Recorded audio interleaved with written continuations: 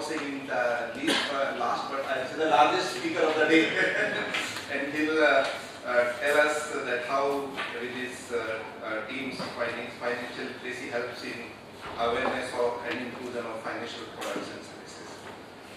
Dr. Banerjee. Okay, ladies and gentlemen, I'm the last one, so I'll be very short. I know everybody is tired, me too included. But so I'll keep it brief. And we are, this is the data we have from an ISN. It's a very large data set. So I'll be very brief with the data set itself. So there's no point talking about the data. But I will basically try to concentrate on 3 slides on this, so that it will be very quick. And I would, so the idea, there is some methodological ideas in it. Try to skip the 3 main methodological ideas here, which I'm going to very quick. Try, okay, I thought I was loud. So I will be very brief in the idea of, so the idea of the paper or idea of the work is about what we had heard all the time, is about financial literacy, and of course the point is that how does financial literacy actually affect financial literacy? The point of the paper is that there is an intermediate stage called financial awareness. So the main results, so to give a preview, is that our point is that most of the time financial literacy actually affects financial awareness, and that leads to financial inclusion. So this is what the data actually does. So you have a product and you ask the question whether I'm aware of the product or we don't aware of the product. Now from here to here, you are basically intervening with financial literacy. So here to here, and once you are aware of the product, then you decide whether you own the product or not. Now, if you are not aware of the product, then you don't own the product, so we call it the involuntary non-inclusion. So it's involuntary because you are not even aware of something, so you are excluded. This is the problem. Whereas in the other case, where you are aware of the product, and then this is a complete rational decision to own or not to own a product depending on the circumstances. So in this case, if you don't own a product, then probably you don't need it. So we should be much less concerned at here, and should be more concerned at that stage. So quickly, there are financial literacy questions on all these things. You all know this. So here is the data, which is for each different questions, and here's the percentage correction. So one of the findings or one of the methodological contributions of this paper is to create a new kind of index. So the usual index everybody uses is to add up all the questions, and you get, add the ones and divide by 7. So that's the equally weighted index, and there are something sometimes called the PCA index. So here, our method depends on weighing, it's an weighted average, which weighs the questions by their difficulty. By the difficulty means it's not based on my idea of the difficulty, but how much the respondents feel the difficulty was. So, forget about the methodology. So, given that, so we got this map of our level of difficulty and the level of index. As you can see, this is the heat map, probably was outside in the, so here is a static version of it. But this is on the website, the NCAP survey site. If I had the time, is it working? Okay. So in the, so Kamlesh actually did all the hard work and I'm presenting. But no. Okay, never mind. So this is a heat map which basically says more or less, which we all know more or less, that these are the areas where the average literacy is lower, which is mostly on the eastern side and sometimes in the northern side. The literacy of UP got a bit higher than expected because the map essentially it has a lot of places like Noida, Gurgaon, and so forth, and that speaks it up. The east, the west, and the south seems to be much better, so that's more. What you can do is this is an interactive map. I'm taking a bit time here. It's an interactive map where you can change the different questions, and you can get different maps by changing the questions themselves, by redefining the index according to your preference. So the data is not just large by the number of observations, but is equally large by the number of products we actually analyze. And that's around 28 of them, which are like categorized into 5 different products. The usual savings products, debt products, and goes up to difficult capital markets products like IPO, mutual funds, bond debentures, etc. So the idea is that what drives it?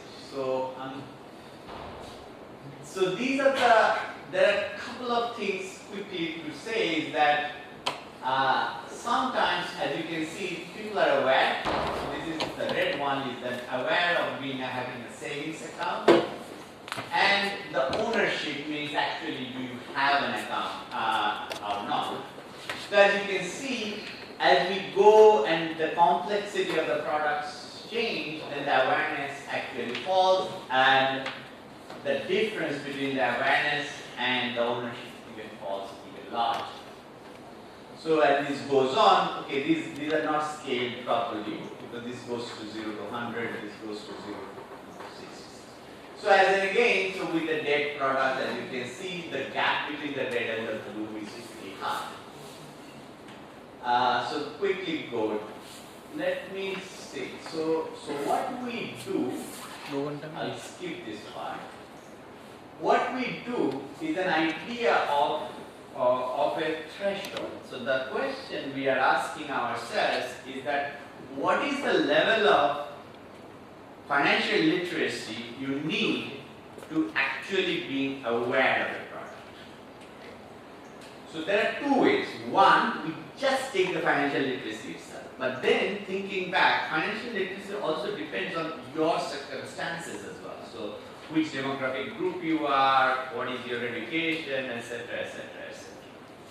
So therefore, there are 2 measures. One is the direct financial literacy measures, and the other is what we call is that with this additional, is there anything else there? After you take into account education, gender, etc., anything you throw in, I mean income, what is extra there? So if there is nothing extra there, then why bother about financial literacy? Right? So what we do is to create this threshold. The threshold is how much you need to become actually aware of a product. It's still not included. So here is an interesting picture. So this axis, the horizontal axis, is about financial literacy you need. If we don't care, we throw away every demographic information. And the other one is this residual financial literacy. This is the level of financial literacy you need up and above your demographic status. So one interesting thing, so the red ones here are the savings products. The X's are the savings products, and they actually, as you can see, they're actually lower end of the scale.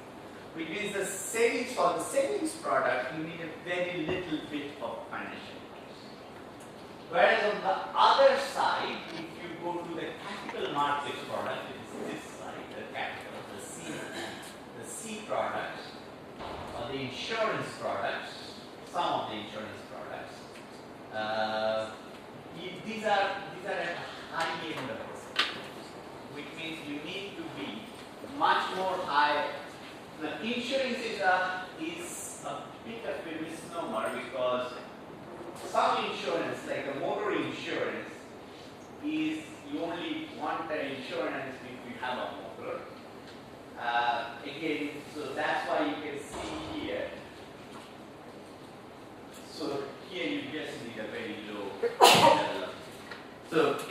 insurance is a very tricky product, but if you are much more complex insurance products, you need much higher level. Capital products are pretty high.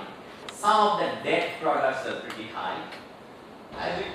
So this basically trying to say that the level of financial literacy is not the same for all the products. So, particularly for capital markets regulators, I would say the level, the way we measure financial literacy in the questions is not enough.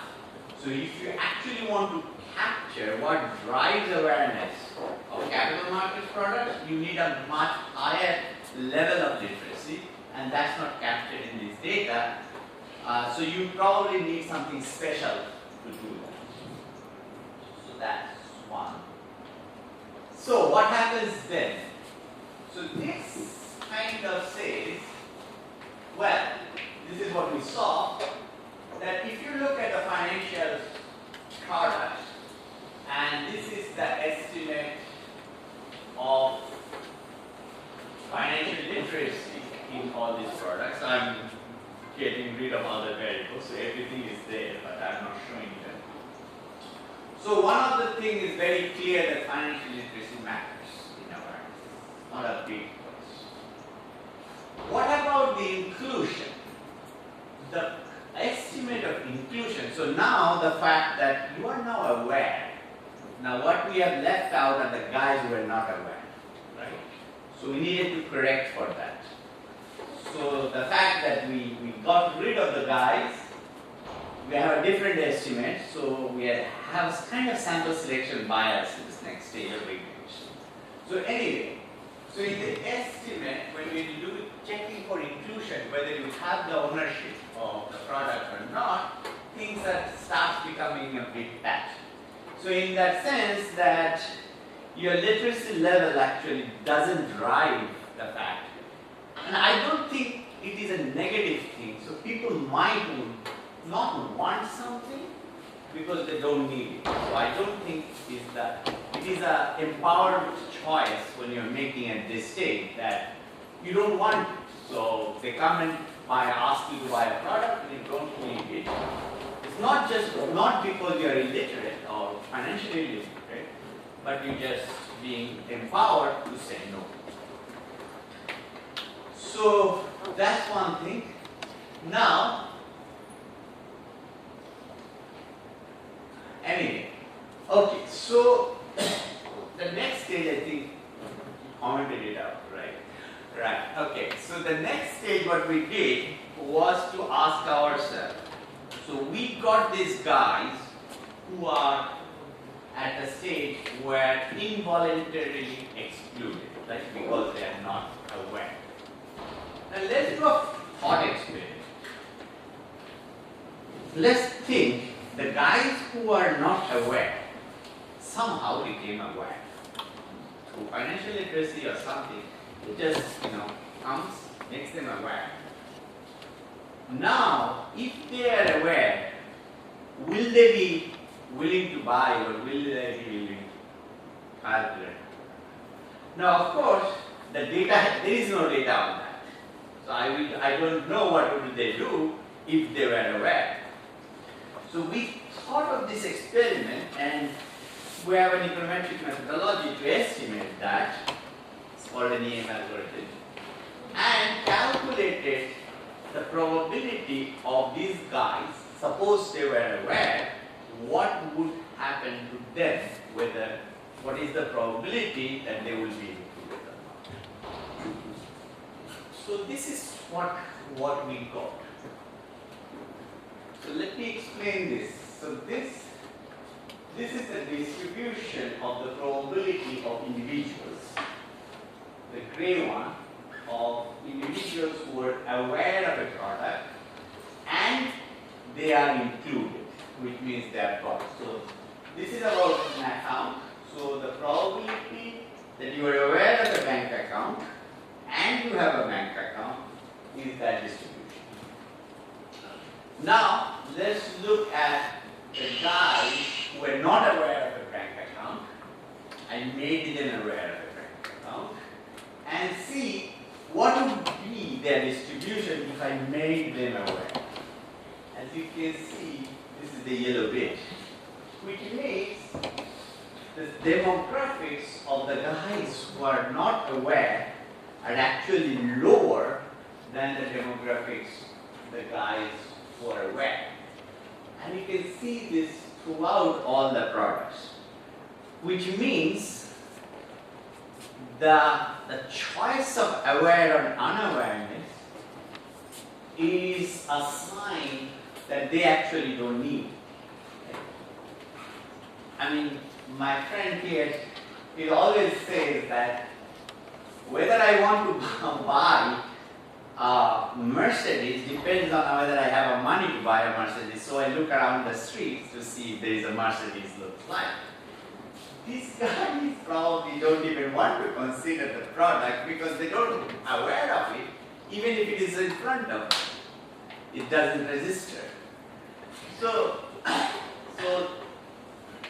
the fact that somehow financial literacy would give people awareness of a product and they making an informed decision might have a different connotation because the guys who are unaware were never intended to become aware and they were never there. And so this is also, of course, this is a thought experiment, this is a statistical technique, but that suggests that it might be we should concentrate on the basics of demographics and the basics of things like income. I mean, there are lots of demographics here. I didn't show it, but income, caste, location, stuff like that, which makes them unaware. And this is kind of consistent across all products, including, let me go to capital markets, and you can see the difference is so stark in the capital markets. It's amazing. We were talking about why people don't buy mutual funds. As you can see, it's even lower than the lower percentile in the capital markets. So this is the problem of these guys who are not aware. Is actually drops out of the awareness matrix at all. So in summary, we have got the financial literacy helps in awareness, but the fact that the savings, the marginal effect is awareness, but not that strong in terms of intuition. Again, it is okay because you make them an empowerment choice. And the other thing is that sometimes awareness itself, awareness or unawareness itself is a choice of themselves because of their demographic conditions.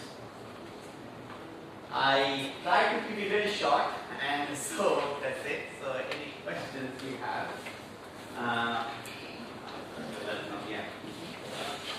You have highlighted about the demographic part, which is one of the factors for a person not become aware of the product. Yeah. You have highlighted that the demographic part is one part which makes people buy different type of products. My question is, or rather my observation is, if the product is highly complex, would that be also one of the factors of not of a person not buying the product, like capital market, mutual fund? Complexity is not a part of our exploratory value. No, it's not a part study. My No. The thing is this. I mean, let's say for example, a debt product. Anyway, the thing is that demographics is your individual identity. It's nothing to do with the products. So your individual identity determines your awareness. So maybe, for example, suppose the only thing which determines your identity is income. So in that case, the last distribution I would conclude that the guys who are unaware are basically the poor guys. Right? But of course, things are more complex than income, right? So there are, caste, regions, etc., etc. I mean, your identity is not just income, but a vector. And in that case, your identity in relationship to the guys who are aware is actually at a much lower level. Like for example, savings deposit, fixed deposit. Yeah. Very simple products, which you can understand. I understand what you're saying, but there is no idea of complexity in this. So supposing, let's say, if you make products of capital market or mutual funds, etc., Yeah. if you present them in such a way that it is easy to understand, I'm sure more and more people start buying it. Yeah, that is true. I mean, that is a different issue. Yes, it's true. That's a supply side problem. I'm talking about the demand side. Yes, you're right. I mean, that's why the popularity of ETFs in the capital market is very clear, because it's simple to understand. The Sensex goes up, your portfolio goes up. So yes, but at here, this is only the demand side of the products. So there is no data on complexity of the products.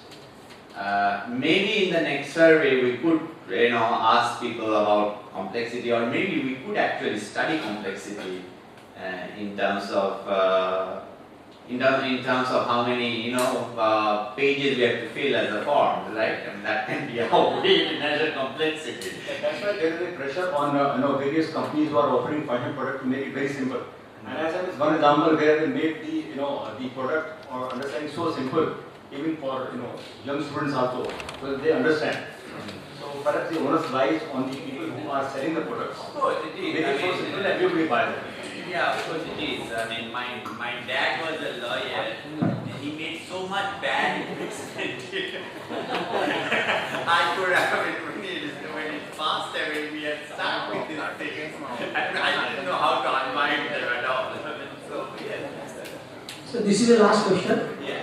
You said that there are many factors which are responsible for making decision to the investors, and if they are left, how did you find out them?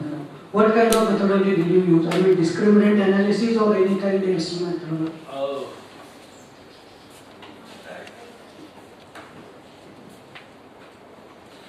Okay, so the idea of, that's why the idea of the threshold comes, because our focus is that, financial literacy is the intervention variable. So you cannot intervene in the demographics, right? They are fixed. So you are born with the demographics. So the question is that your intervening variable is your financial literacy. So the threshold analysis basically tells you how much financial literacy you can get to get the level. So these are essential. So we essentially test.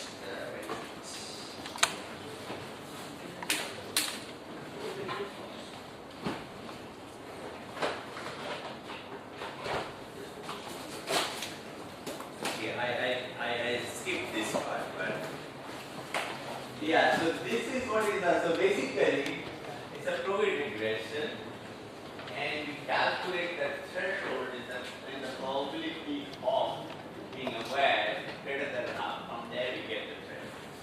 So it's a probability analysis, and the other one, the last bit, was essentially when we are trying to derive the distribution of the guys who are not aware. So what we do, technically we estimate the model who are aware, impute their values there, and it's called a expected maximization BA numbers, which gives you the estimation. By basing, so the idea is that if two guys have the same demographic characteristic, they should give the same probability of inclusion. That's the idea. So if you have the same guy in the aware group and an unaware group, and you weigh the demographic factors in such a way that the first guy in the aware group is included, the guy in the unaware group you check, they should be included as well. So if you do that, then you are making a one-to-one correspondence.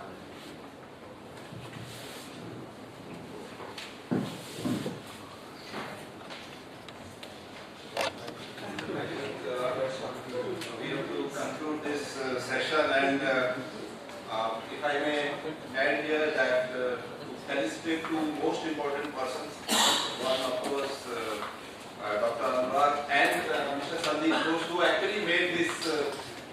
have fun.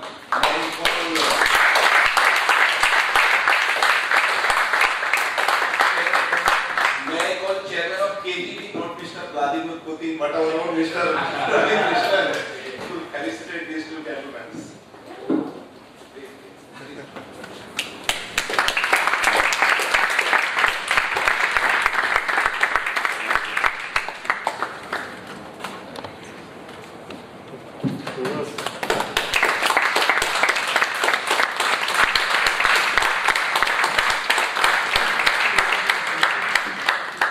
Let me say a big thank you for being here for the Policy Forum. This is a work in progress. Financial literacy and inclusion is a huge task, especially for countries like India, where close to 30% people are living below poverty line. And maybe the Sanjay Poddar's 8%, also some of them are here, 8% of the super rich are also part of our country. There is no one way to handle financial literacy or inclusion. None of us can say that this is the best way and please follow that way. And we saw that you had the visibility provided by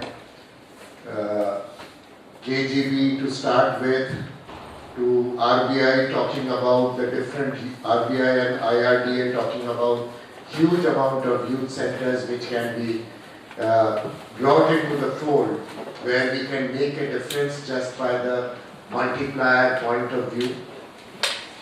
You had some country experience from Sri Lanka and Bangladesh who were saying where they are in this space and they are continuing to constantly keep on working. You saw that huge canvas being painted by digital technology and how it can add to inclusive growth in different regions. And then, of course, we had the papers presented by the different researchers, which is just a beginning.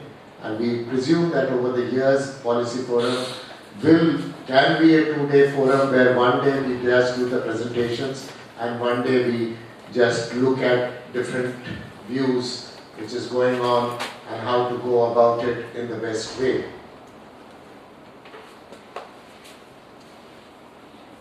NISM in its own way has created a roadmap for moving in the space of financial education. And I think this roadmap, we are very happy that it was supported by the financial sector regulators who allowed us to create this roadmap and helped us to walk on these roadmaps. And ISM did not have any resource of its own except for the human resource, which of course is always most important. But the budgetary support which the financial sector regulators provided was, and I would say still, the driving force that you can work with an open-ended budget provided the project is good. And that support came, and NISM moved from one project to another project and kept on working. So today we have the largest survey. Some of the results of those surveys were discussed, and we are going to launch the next survey very shortly. We have the largest website in the space of financial literacy and inclusion in the globe, not in India, in the globe. We run the largest financial literacy test for school children across the globe. So, all these three areas we were able to move and achieve mainly because of the active support of regulators. Then when we did the survey, we thought that why don't we put it into some academic use where we can create some intervention not only for our projects but also to request the regulators to look at some of the points mentioned by that. And we are very happy that Durham University and IMA agreed to support us in this project. Durham University has actively, because I would still say we are not engaging with too much of research, whatever may be the area. And in that sense, the Western world spends a much more time on research. And we got that advantage of working with Durham, and they helped us to analyze the data in a much better way. We are very good in writing papers and all, and picking up from here and there. But to go indeed to create different type of, and I would also say that sometimes it is part of it because we don't have appreciation for research. We are an emerging economy, everybody is running at the fastest pace to make some money here, there, everywhere, but nobody is looking at a long-term project to do anything or to create paths which will allow people to walk on those paths and do some. So we were very happy that Durham, and you had a presentation from Dr. Banerjee. Dr. Banerjee actually doubles up. If Srinivas goes with a photograph of Dr. Banerjee, then actually he was separated at birth with Viralacharya. So if you look at Dr. Viralacharya and Dr. Banerjee, they are more or less identical pictures.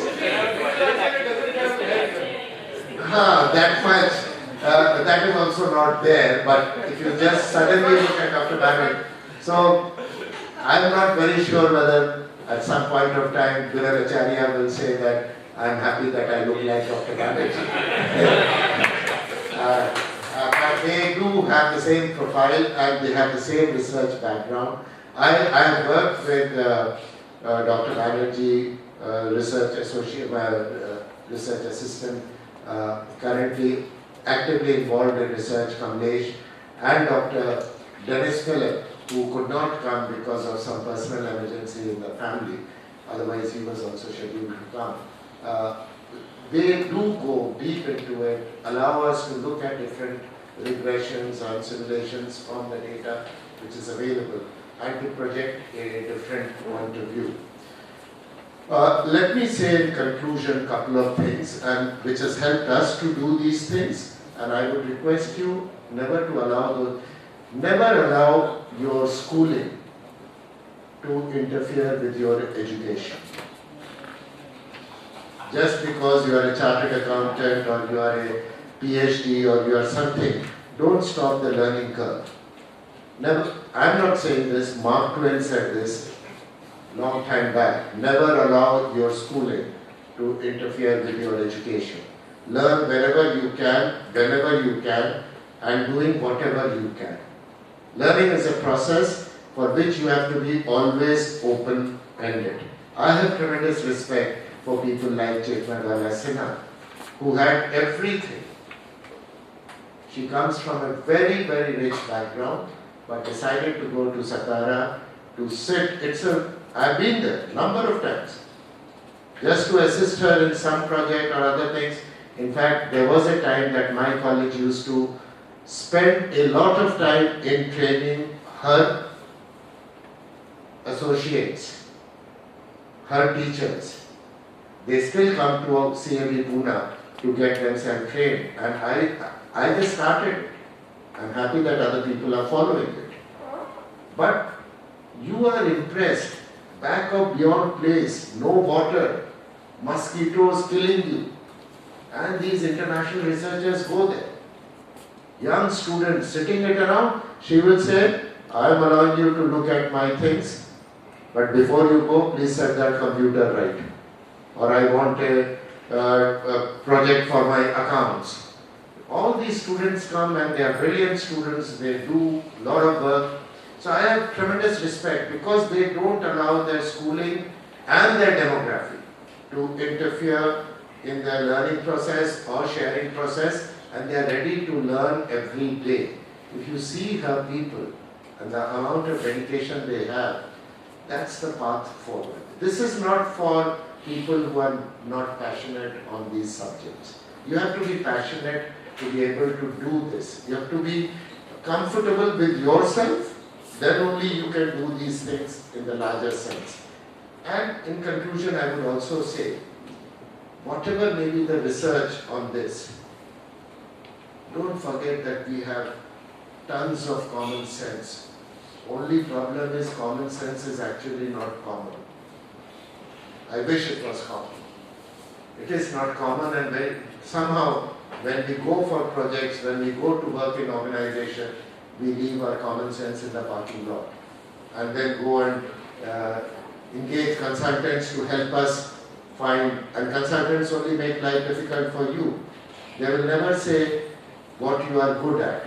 They will say what is your core competency, and you will be highly impressed. They will never say how you do your work, but they will say paradigm shift, and we get very interested. So I would request you to keep it simple, approach people with the best knowledge you have,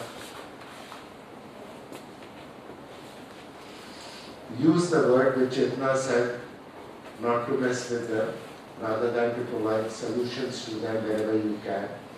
Many of you are doing great work. Continue to do the great work and keep a close association with NCFE and NISM. And let me thank the Director General of Securities Exchange Commission Sri Lanka, who sat through each and every session and was really thank Ravi Krishnan, who took out time, came here, showed us small is beautiful, although he is the second largest and now we cannot forget you, because we can forget Ravi Krishnan but not KGB. KGB is now implanted into you, can't forget that there is somebody to challenge Putin. And and all the presenters who came here, all the research people who presented, the regulators who are here, and Durham University, and all the team of NCFE, which works day and night to try to put these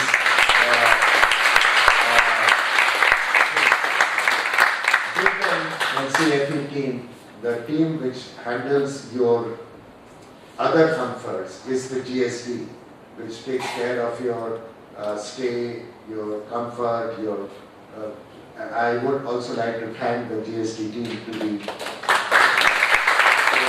lot of effort to ensure that everybody is comfortable in this campus. So come back again whenever you can to NISM. It's a place where you can come and learn and share your learnings.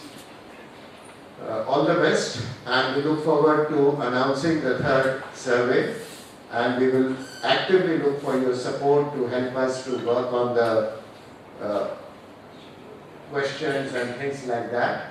And we would like to launch it sometimes in February, so that third policy forum will have some robust data for discussion. Thank you very much. Let's please join for